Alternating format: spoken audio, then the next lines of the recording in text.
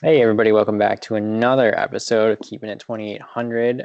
Willie and I are joined this evening by a friend of mine, Kyle Cataldo. Kyle, how are you?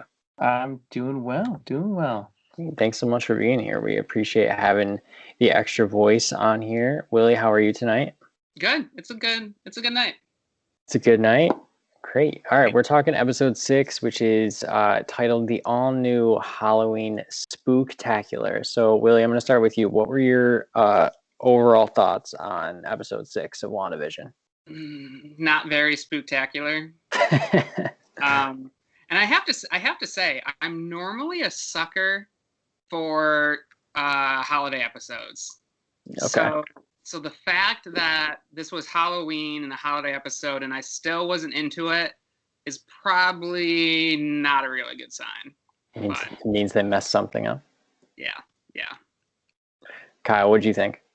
Yeah, I mean, I kind of agree it wasn't one of the stronger ones. I know it seemed like they tried to force the balance between the TV show and then the live what's happening. I think they try to force that too much, and the muddled mess in between just wasn't as strong as it has been in the past couple weeks.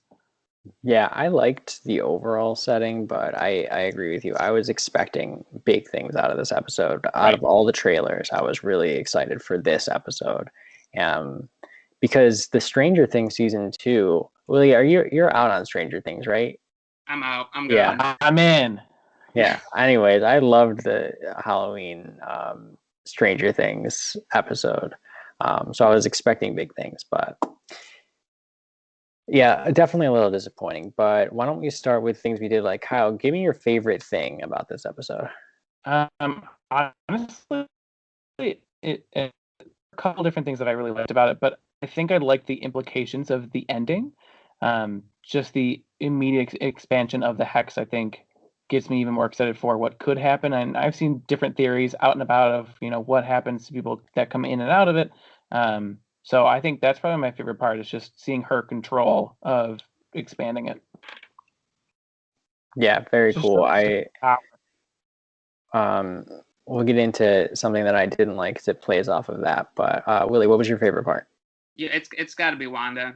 Wanda in the actual Scarlet Witch outfit. Like, what's come on, like, and I do think, and I think I mentioned this last week too, but I do think that both her and Vision are getting much better at playing versions of themselves that might be TV versions of themselves that the whole concept is gelling a lot better than I think it did in some of the earlier episodes. Yeah.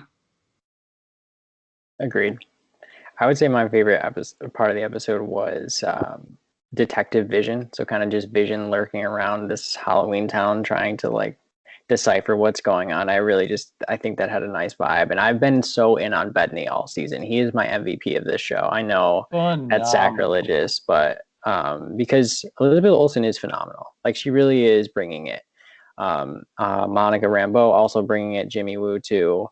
Kat Dennings, who I normally really don't like. I just rewatched Dark World, and I don't like her character. But yeah, Bettany's been my MVP. Willie, what surprised you about this episode? Oh man, that a certain brother's reappearance didn't matter at all, or may not have mattered, or may matter a lot. We just don't know. May matter if he is not who he appears to be. Doesn't, and they just even. I mean, it's one of those things. I've mentioned this before, but it's like one of those things where, like, even the characters on the show are like, are we gonna talk about why he's here? No, okay. Like, no, don't do that stuff. Like, don't draw attention to your own shortcomings as a show by pointing out that you're not doing something that people wanted you to do. Right. So yeah, I could not believe they just left that giant asterisk hanging over the whole episode. Yeah, very, very surprised that they did that. Interesting. Yeah, I'm really wondering how that's going to play out because I honestly don't know. I feel like I had a handle on that situation. I'm not sure I do anymore. It just keeps going back and forth. Like I really suspected that it was an attempt by Marvel to merge universes, bring in the X-Men, and now it appears as though that could not be the case, and this could be a big ruse. And in that case, this is really just for the fans because they're aware of who he was in the other movies. So we'll get into it in a little bit. But Kyle, what something that surprised you about this episode?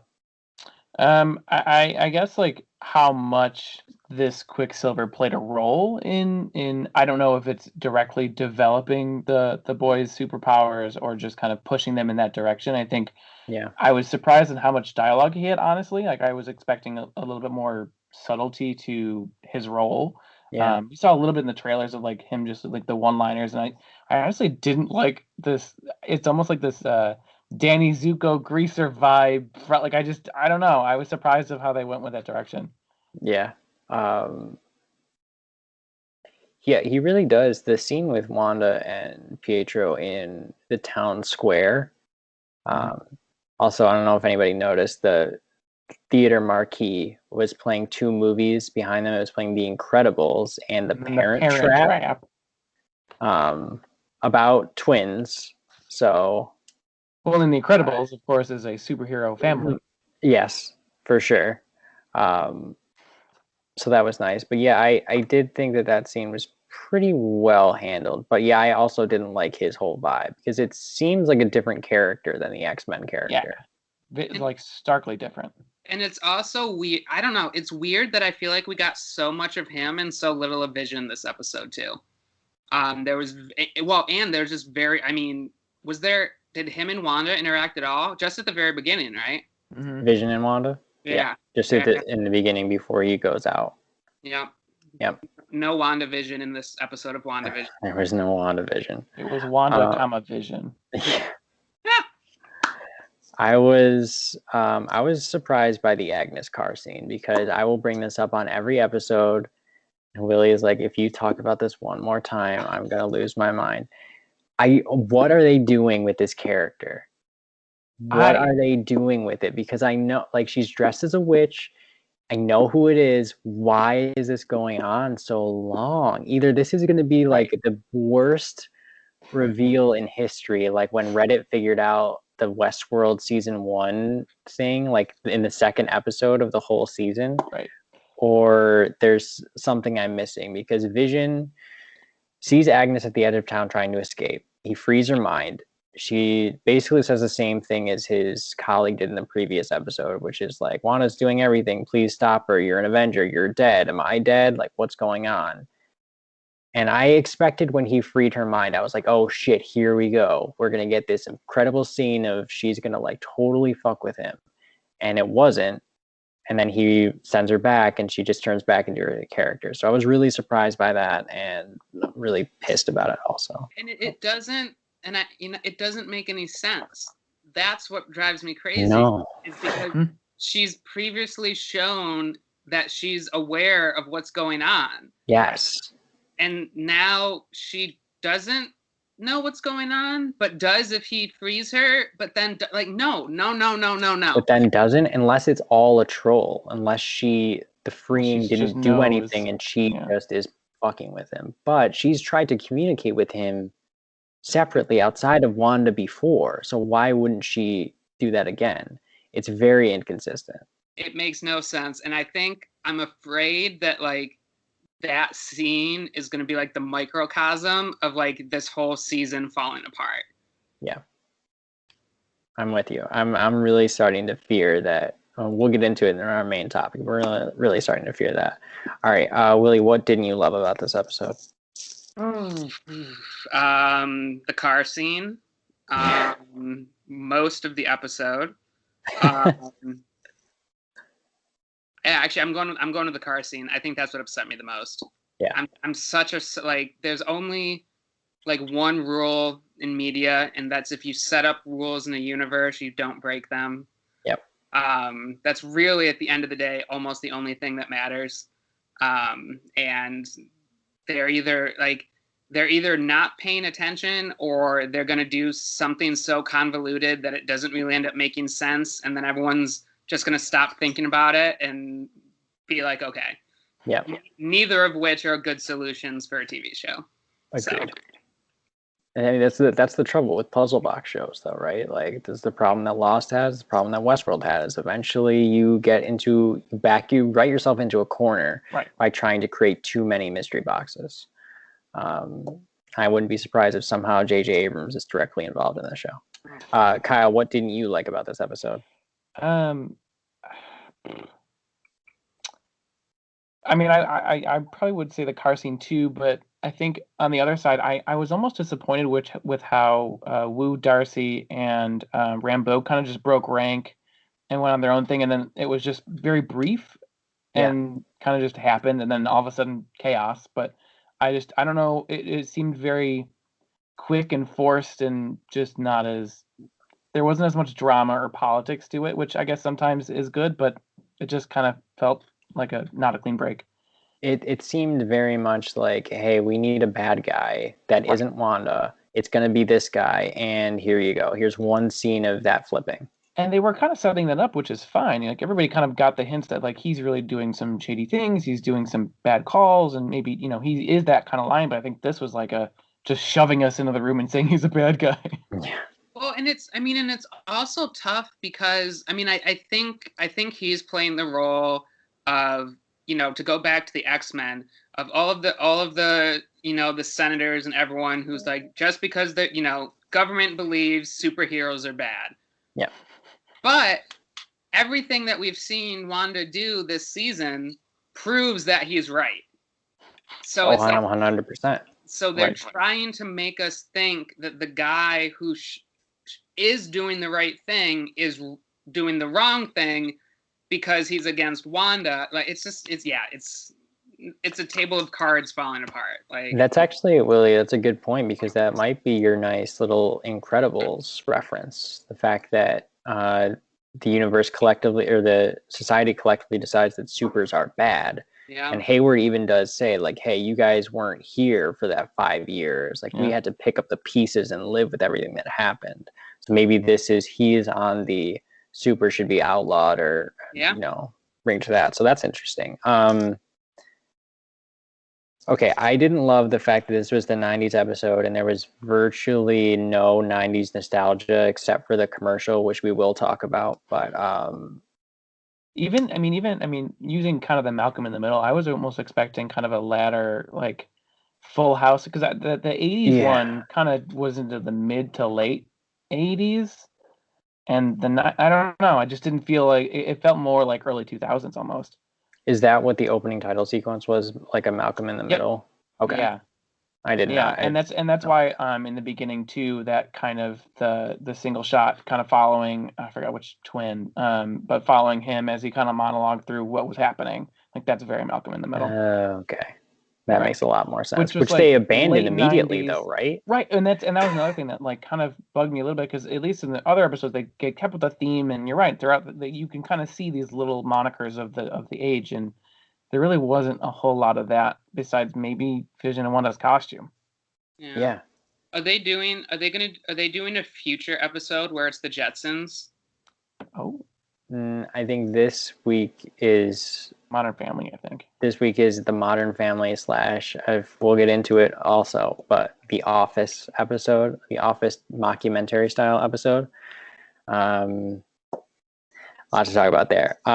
Okay, Kyle, what were just a few things that you liked about the episode, just appreciated? I mean, introducing the twins' powers, I think that's for me, who just kind of really got into their history and how they tie into everything. Like, that was really cool how they just like went, yep, here they are. This is significant. Kind of just keep that in the back of your mind. That was interesting. And then I kind of just liked the aesthetic of a lot of the sword base camp was turned into a circus. I don't know why, I like that aesthetic, and I just like the how the chaos of them trying to figure it out turned into an actual circus. Yeah. I was like, oh, she's making them clowns. Right. Yeah. Like, I thought that was interesting. Right. Willie, what did you like about the episode, or anything that you liked about the episode? I should say. Now that's coming to mind. Wow, really, really out on this one, and I know you. I was really out on it, and I mean, and so I think I think part of it, if you go back to when we were doing The Mandalorian, like after a really good episode, like this episode just kind of felt, I think, flatter than it normally would have, because it didn't take anything cool about last week and move it forward. Agreed. Because we didn't get any furthering with the WandaVision conflict. We didn't get anything about Pietro, and it was basically just kind of like a stopgap, and we learned really nothing new. All right, before we do in and outs, I'm going to do a quick comics corner. Not a ton to talk about. Basically, I just wanted to mention, Kyle, you already hit on it, that the twins' powers are the powers that Billy and Tommy have in the comics. All of the costumes that the twins wore, that WandaVision and Quicksilver wore, are their original comics accurate costumes. There was a nice little nod to Kick-Ass that Wanda says, because both Aaron Taylor Johnson, who played Quicksilver in Age of Ultron, and Evan Peters, who plays Quicksilver now in WandaVision, but in the X-Men movies, were both the friends in Kick-Ass. And then last thing, we get another mention of the aerospace engineer, which there are two. Well, there is one prevailing theory that the fans have decided that it's going to be Reed Richards. That was my initial thought when she said it, because I thought it was going to be a throwaway line. But now that they're bringing it up, it seems like that's actually where they're going to go in the next episode. They're going to seek out this aerospace engineer. And that's why some people thought, like, oh, it's a Modern Family Office style episode. So they really are going to do John Krasinski as Reed Richards in the Office episode. And I'm like, guys, that is total pie in the sky. I'd be here for it if it happened. So here's my realistic guess. My realistic guess for the aerospace engineer is Justin Hammer of Iron Man 2. It's a character we know, a character that is fun and should come back.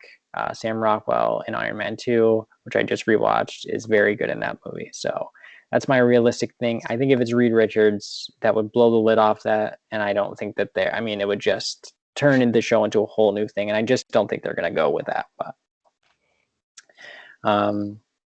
any other thoughts about who the aerospace engineer might be, Kyle? No, I mean, I've been on the Reed Richards train pretty much since it was mentioned first. I know you could also toss in Victor, just as like I guess you could. Could. I know and at this point anything's up for grabs. I'll give them that Reed Richards is in play, because I read Kat Dennings, who plays Darcy, said that when they shot Evan Peters' scenes, they used a cloaking thing on him so that drones couldn't, they basically put him in a shield, like a movable enclosure to shoot the scene so that drones couldn't film down like that, because they had Game of Thrones always had this problem, is that drones would fly over the sets to find out spoilers, and that's why they had to film 7 different Game of Thrones endings. Right. Yeah. But I guess Kat Dennings said that they had an actual thing that they went over him so that the drones could not look down and film. So I would say that Reed Richards is in play. I think Krasinski is one of those weird fan casting things where if that's kind of like Rosario Dawson as Ahsoka, something that we kind of always collectively were like, yes, that would be great. And Reed Richards as Krasinski has been around forever as fan casting. So if they went that way, well, not only that, but even if they were to have him even just in one episode as this is the Reed Richards, they could easily back themselves out if they introduce a multiverse, this is the Reed Richards, but just kidding. Yeah, not from this one, and then they could just recast it for someone cheaper. I was gonna say it could be the Reed Richards from the early 2000s. Fantastic Four movies. Not Miles. Not Miles Teller. No, not Miles Teller. All right, let's do some in and outs. I have 9 for you today. William, I'm going to start with you. The 90s setting, in or out? I'm out. Kyle? I'm out. Yeah. All right, Willie, go ahead. I cut you off. No, that's good. I was just gonna say, I mean, as someone who was, born and raised in the '90s, the episode. I mean, there was no slime. There's no Tamagotchis. Like, just Nothing. There was nothing. there was nothing that referenced the '90s. I mean, you said the costumes, but like that's more than just the '90s. Yeah. So there was nothing really period specific. Yeah. Agreed. All right, Kyle. No Quicksilver explanation, in or out? Out. I think I'm even more confused, but in a bad way. Exactly. Willie? Super out. I'm tentatively in on it if it makes sense. So it's all dependent. I wasn't in on it per the episode, but I could be retroactively targeted. That is my cop-out You're in answer. with strings attached. I am in with many strings attached. Okay. Speaking of strings attached, why no Ultron still? Okay. Willie, in or out on the costumes? In. In. What was the best costume? Wanda's. Wanda.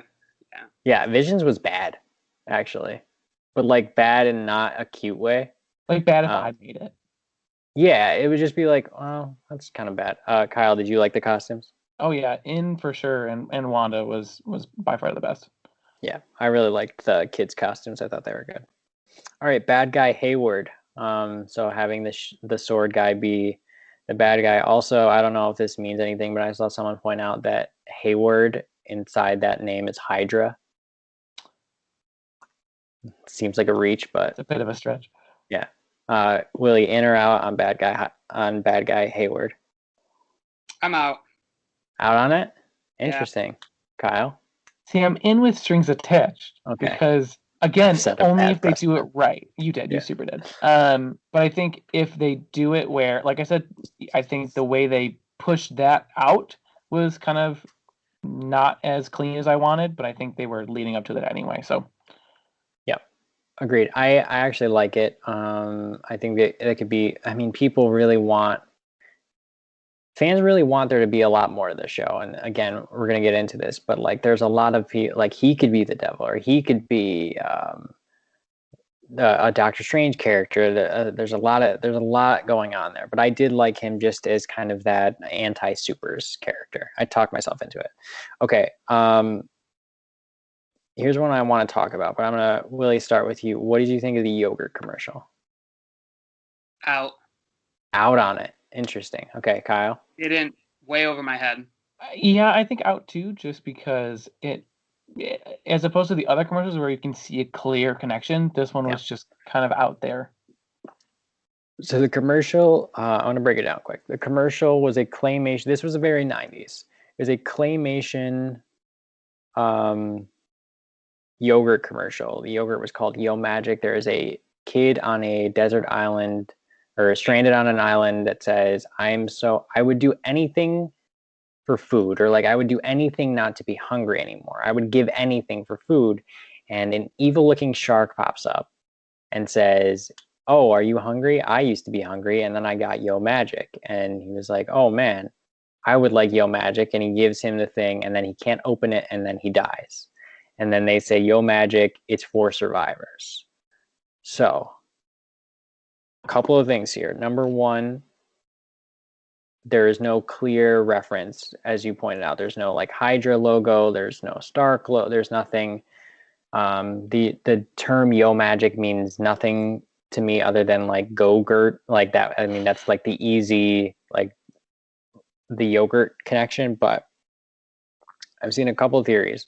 One is that it's the kid enters into a deal with the devil, being the shark, as the devil trades anything for food, and obviously deals with the devil never work out, and he doesn't get it open. Which could be a parallel to Wanda, that Wanda has made a deal with the devil to get back the thing that she lost, and it will ultimately backfire on her. And I did think that the tagline of the commercial probably speaks to that, saying, Yo Magic is for survivors. So being like it's really only for people that like stick it out and deal with the pain. So that was my read on that. I don't know if any of that's accurate. Um, I do any have to disagree with you with one thing, okay. and it was the descriptor of the shark. I think he looked actually pretty cool. You looked I'm radical. just saying, although, and does the shark need a surfboard? Yeah, Whatever. a '90s shark needed A a 90s, surfboard. everybody needs a surfboard in the 90s. No, He's I agree. I think it was there were. We'll probably get to this in the last episode, and it'll just talk about some kind of deal, like you're saying, and then magic, and it's like, okay, now that makes sense. But in the moment, it's like kind of weird, creepy 90s kids yogurt vibes. yeah, very creepy. I'm gonna bring this into another Disney property. The classic ABC TV show Once Upon a Time, which I'm looking at both your faces, and I don't think either of you have seen a frame of, in which they brought. It's basically like a very similar Lost vibe. It had the writers of Lost, and it's basically like they brought Disney characters into the real world. There's a curse. There's a whole town. Check it out. It's on Disney Plus, actually. Anyways, one of the refrains of that show is that magic always has a cost. And I think if we're not extrapolating too much from the commercial, I think that's probably the message, is that whatever Wanda's doing is eventually going to have a cost to either her or Vision or someone. So, all right, next up, Wanda.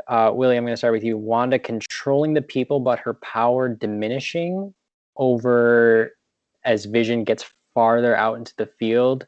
Either her power is diminishing or she's just not trying hard enough, because we see that one woman trying to just hang the thing over and over again, and we see the tear in her eye.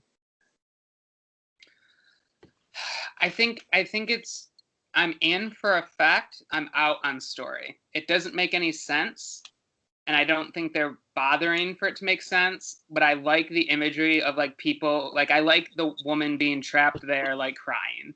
Like the idea that her powers are weaker at the edges makes sense as an idea, but so far they haven't proven it in the show. Agreed. Kyle?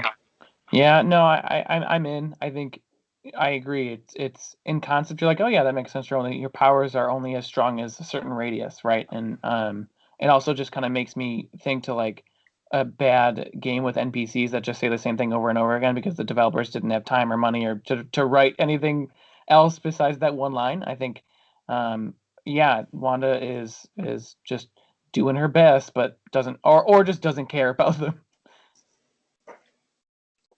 I actually thought that woman was Dottie from the earlier episodes. Apparently it's not, because the actress that played Dottie tweeted out, I think today, or yeah, where is Dottie, question mark, and she's been my watch out for, like, if the devil is in this show, that's who it is. Interesting though. Okay, Willie, I feel like you're gonna have an opinion on this one. Dead Quicksilver. When Wanda sees him and he has the bullet holes in him. I'm in for that. Okay, I'm out on this one. I'm saying I'm out on it because I think it is way less impactful after you already had Dead Vision.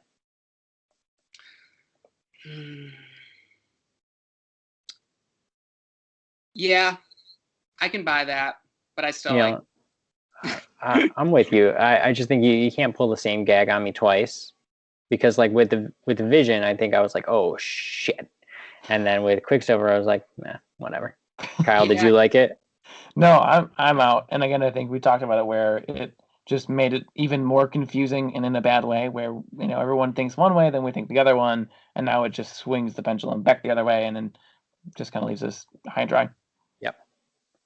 Kyle, what did you think about Vision leaving the field? I mean, it was heartbreaking to see him start to disintegrate again. Yeah. I wanted, I don't know what I wanted more of that, but I wanted more of that. I don't know if it meant Wanda physically coming to get him, or him pleading out and trying to explain it. I wanted some more plot with that, other than just like a device to push the hex out more. Yep. Willie? I liked it. I'm deciding if I still liked it. No, I think it was good. I mean, I think it was important because I'm moving forward with the implication that Vision is dead and that he cannot exist outside this bubble. And I think we had assumed that, but I think we needed to see it. Yeah. And I think seeing it was very impactful. Regardless of like, yeah, it's just a plot device to expand the circle. But I mean, I think it worked. Yeah, I thought it was a nice scene. I also wanted more of it too. I wanted just kind of a little bit, another beat there. He just kind of does it, and then he's not really sure what's on the other side, and just kind of happened. And I think that is the case for this episode, as things just kind of happen, and we're not really sure what the narrative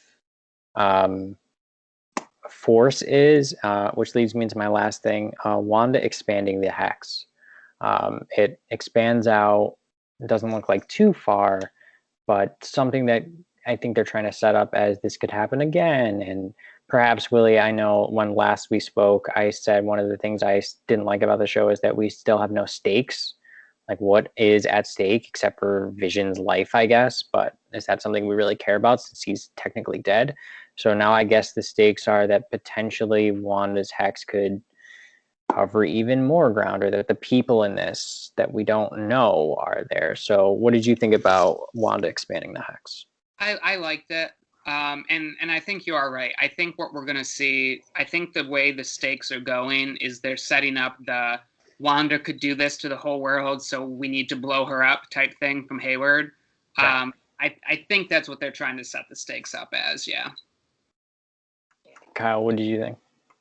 No, I mean, I liked it. I think you're right. I think it just amped up the stakes in terms of a bigger world at bay. Donning my tinfoil hat, I guess, like, now I'm thinking, like, if Rambo can get her powers apparently or potentially from coming in and out of it, does more and more people going into it and then eventually out at some point, does that give them powers and mutants? Yeah, I was going to say, is that then a reverse Is this how they're House going of to try M? to right? Is this what they're kind of leading to? Just encapsulate the world, have this big moment happen, and then suck in the hex to reveal the now mutants. Yeah, that could be, like, I think that might be their way into mutants. Interesting too, because I really thought this show was going to play the multiverse card, and it still could, because we do have 3 episodes left. Jury's out on how the length of the episodes, but I'm okay with the hex expanding, but again, I really have a problem. Sorry, Willie. I really have a problem story structure wise, because it comes as a result of Vision leaving the field, which comes as a result of Vision questioning his world, but there really isn't like a direct causality to that. It's not like, okay, of course, it's not like Wanda was always going to expand the field. Like, right. And it's not something that any of the outside opposing forces are doing. It's just something that I guess Wanda kind of created by not showing a perfect Vision creation. So it's like it's just not a perfect metaphor for me. It's not very conflicty in the story sense. Like, it's like if Hayward had done something to draw Vision out, and then Vision got pulled out and then was like dying, and then Wanda did that to save him, it would be a direct reaction to the opposing forces that Wanda has already met and come into contact with. But this is just kind of something that happens, and it just kind of feels careless and lazy. I also think they're trying to play to Wanda losing control, right? So, like, even throughout, if you look at her ability to stay within the TV narrative, like, she loses it in like the 80s, like the late 70s, that later half of that episode in the 80s. I think maybe they're trying to show that, like, she's just trying to grasp at whatever she can to maintain the control. Yeah. Hopefully that's kind of what they're aiming towards, and you can kind of tell from the previews for the next one that her hair is kind of disheveled, like Claire in Modern Family is just running around the house all day. Like, maybe they're just trying to again push that narrative that she's in over her head, losing control and just trying to grasp at straws. And if expanding the hex is easier, quicker to get the job done than actually going to Vision, grabbing him and explaining things, then she just does that because that's the best, quickest thing she can do. Yeah. Could be. She's trying to She's trying to get the yogurt open. All right. Yeah, she is hungry. Who's the shark, though, Willie? Who's the shark? All right, let's talk about the main topic because here's where I'm at with this show. I had big like I've really gone on a whole bell curve of like being in and out on the show as a whole. So like this Willie, I sent this to you. This is now like WandaVision is like the number one show on TV right now. Yeah. Or TV or whatever it is. Through its first 6 episodes. Which is crazy. And people are talking about this show like incessantly now. And like they really have the attention. So with Mando and with Endgame, I think as fans we're kind of in a bad spot where we're expecting a ton. Like, we are expecting just big swing after big swing after big swing. And then we got a huge swing with Quicksilver from the X-Men universe, something that we're like never would have expected. But I guess, Willie, I'm going to start with you because you had the perfect response to this when I texted you this question. Are we expecting too much of WandaVision? Yeah. Yeah, I think we are. And I mean, I don't think it's for the wrong reasons. I mean, I think that, you know, with Endgame and with it being the first Marvel TV show on Disney Plus, like and with a lot of the things they're setting up, like they're not setting these things up on accident. So they clearly, like, they know that they're playing with fan expectations on a lot of these things. And like, if all of them become fruitless, I think that's really mean. Like, you know, like it's like they know, like it's, you know, they're flirting with us, but they're really not going to take us out to dinner. And yeah, and I mean that's especially after last week. So we didn't have an episode last week, but I mean that episode was really, really good. You know, they pulled this big surprise out of nowhere, and you know, with implications that could span a decade in the MCU, at least, if not for the rest of its lifespan. Yeah. And now this episode is just like, well, maybe we just did it for kicks. Like that's not, yes. Like that's not an acceptable answer. You know, like they could have recast anybody, pull a dude off the street and have him be Quicksilver. It doesn't matter who he's going to be. Yeah. So yeah, I'm beginning to worry about how they're going to wrap everything up, and if they're going to wrap it up well, and if they're going to be able to live up to anything that they've started to put into motion. And I'm echoing that because like 2 episodes ago, at the end of episode 5, I was like, WandaVision is the Rosetta Stone for all of the next 20 years of the MCU. I'm like, this show is going to be incredible. They were playing 20 different hands and we didn't see them. And then this episode came out and they just glossed over Pietro so hard. And the fact that the prevalent theory is that he is not actually Pietro. She wasn't the one that brought him in anyways. How is he getting there? Who is he? Is it Dottie who turned into Pietro because she's really someone else? And that's fine. But again, I feel like it was setting up a lot of things that I was really interested in. It was setting up the multiverse, which I want, and to play that card. It was setting up some interesting dynamics with the Avengers too, honestly, to see where they fit in, because, you know, was Falcon and Winter Soldier kicks off literally right after this, and not that these were going to marry up at all, but I at least thought that there might have been some baton passing, but it doesn't look like that's going to be the case in any way, shape, or form. So I really think we pinned our hopes on this show being more than it's actually going to be, and it's just going to kind of be like a silly, weird one-off Marvel's first entry into TV. I still have hope. If that you matters. still have hope.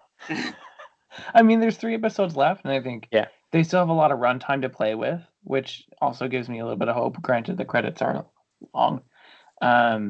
but I think because I think they have this sense of awareness of the severity if nothing comes of this.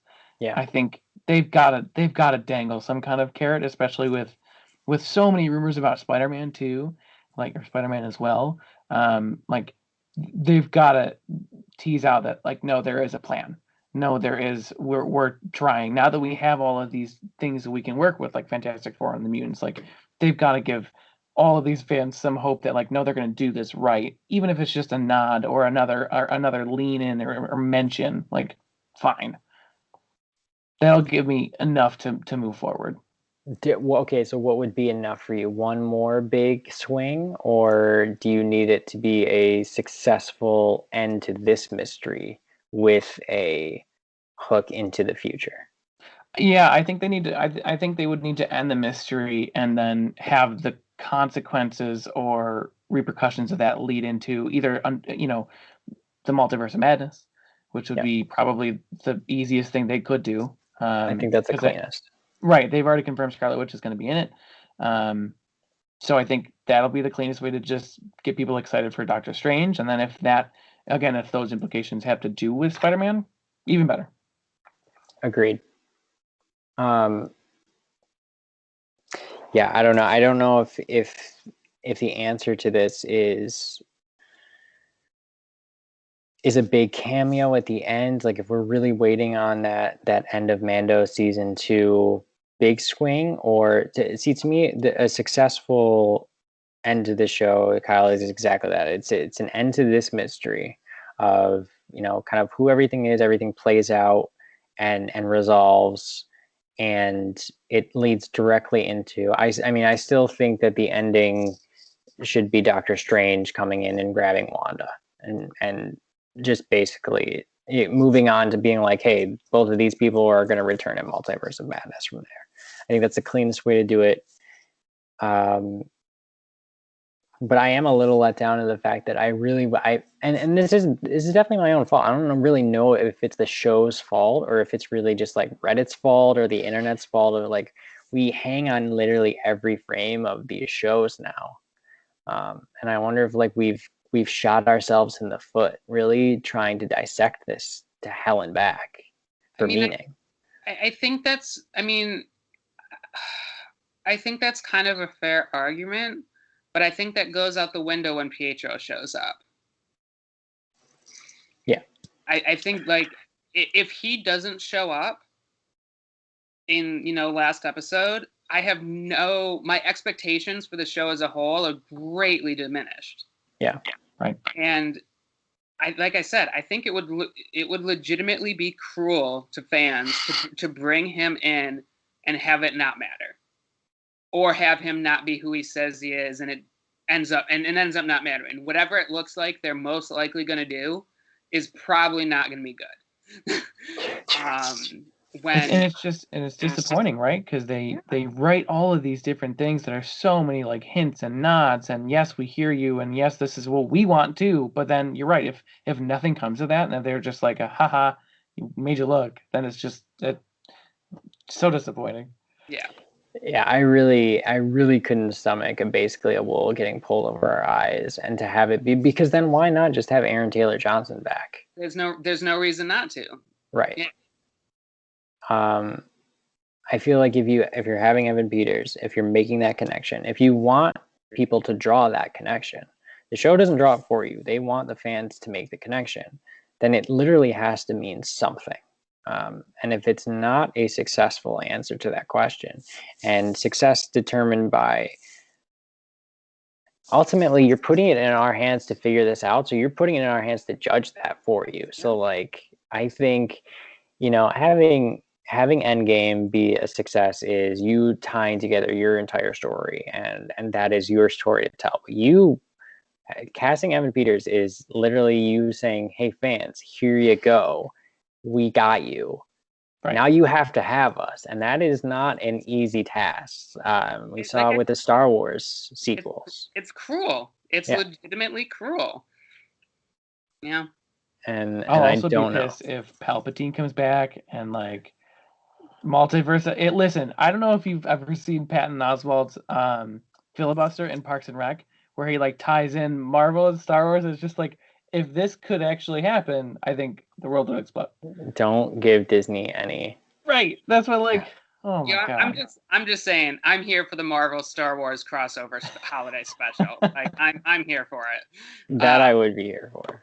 But yeah, I mean, and that's the thing is why even hint at opening that box if you're not going to open it?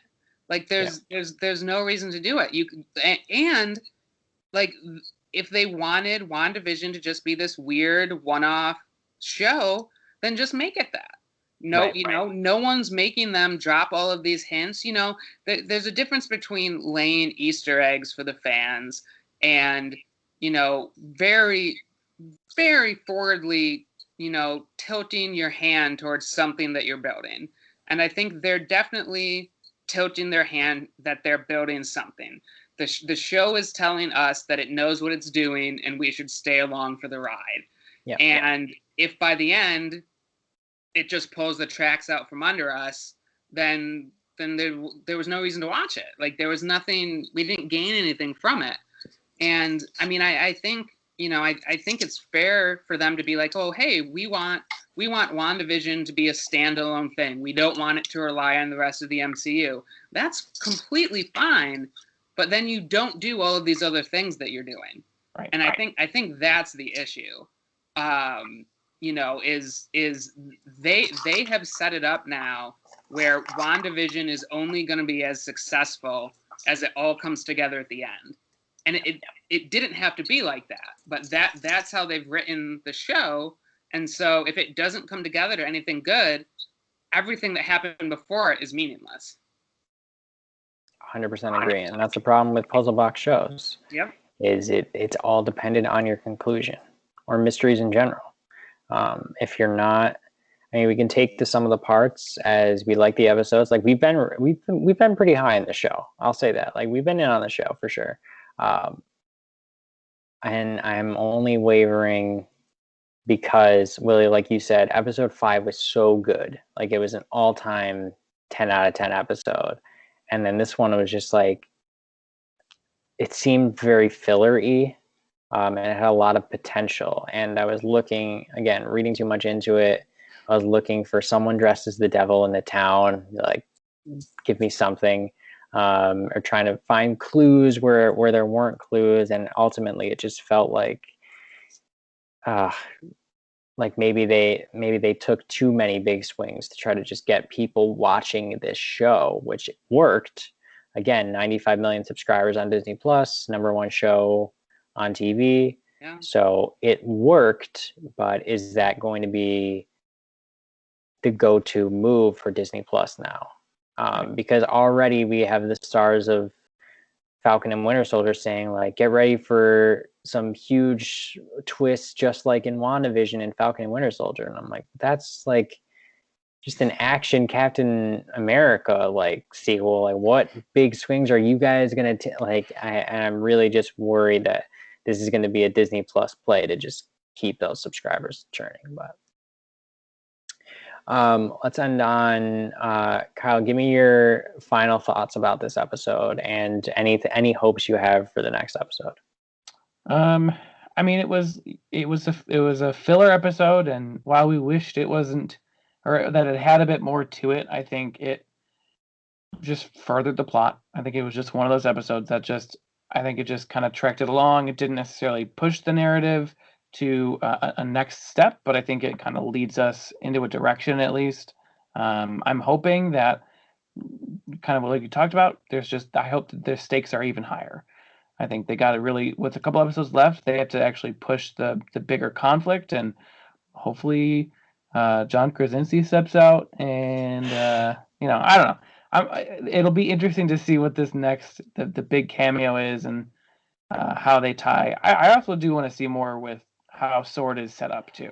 That's another thing that I think I'm expecting more of. Yeah, Sword pretty underdeveloped at this point. Mm-hmm. It's dumb. As someone who has not read the comics, it's why are there so many phantom agencies with sword and shield name? Like, no. Sword, shield, Hydra, AIM. Yeah, no. Ugh, AIM. No. It's dumb. Like, where's I want to see the organizational chart. Who set this up? Like, where's the HR department? Like, Well, Sword and okay. Comics Corner Part 2. Sword and Shield are partner agencies. One is this is not in the MCU. This is in the 616. Sword is the terrestrial, or I'm sorry, Shield is the terrestrial agency. Sword is the space agency. but we're not in space. What? But we're not in space.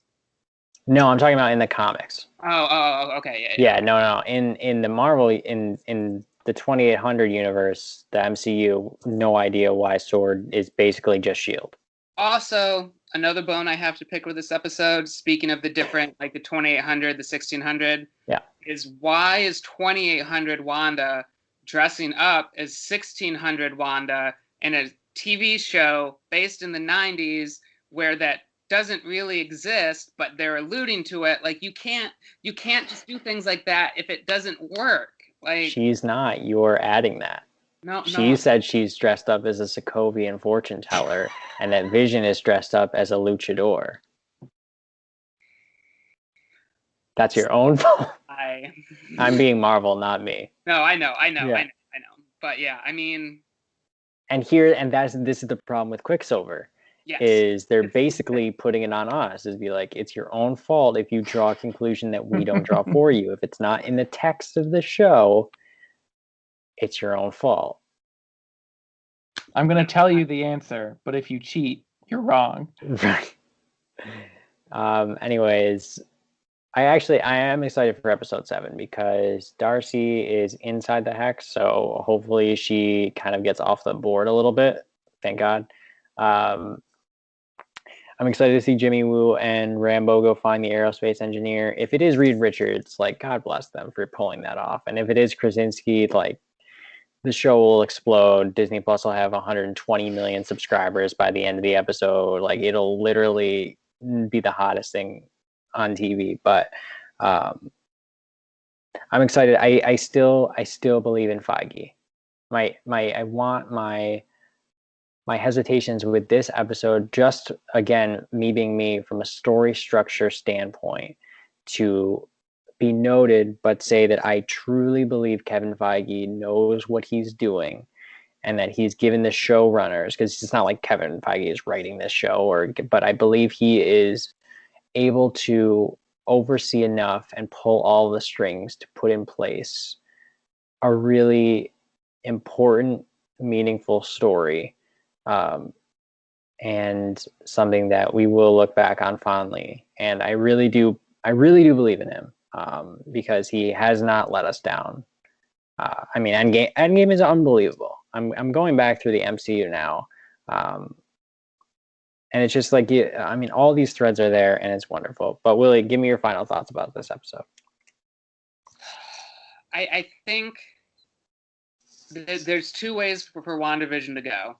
And it's for last week to be the, like, pattern for how the rest of the series goes forward, or it's for this week to be the pattern. And one of those is very, very good, and the other one sucks. And I don't know which way it's going to be yet. Yeah. I think we'll probably likely know by next episode which way the show's going to end up. But yeah, I don't know. And I don't, like, I was talking to you about this earlier, Brian. I don't know if they don't end up pulling any of these things that we think they're going to pull, if it just ends up being like this final confrontation with Wanda and Vision and then ends. I don't know what they can do to make that feel worthwhile to dedicate a season of television to. Yeah.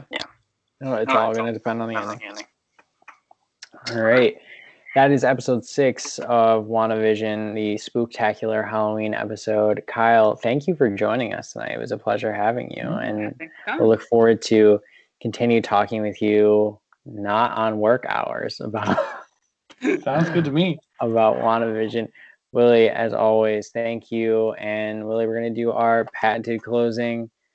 Thank you for being here. We'll see you again. Willie, take what you can. And give nothing back. All right, we're out.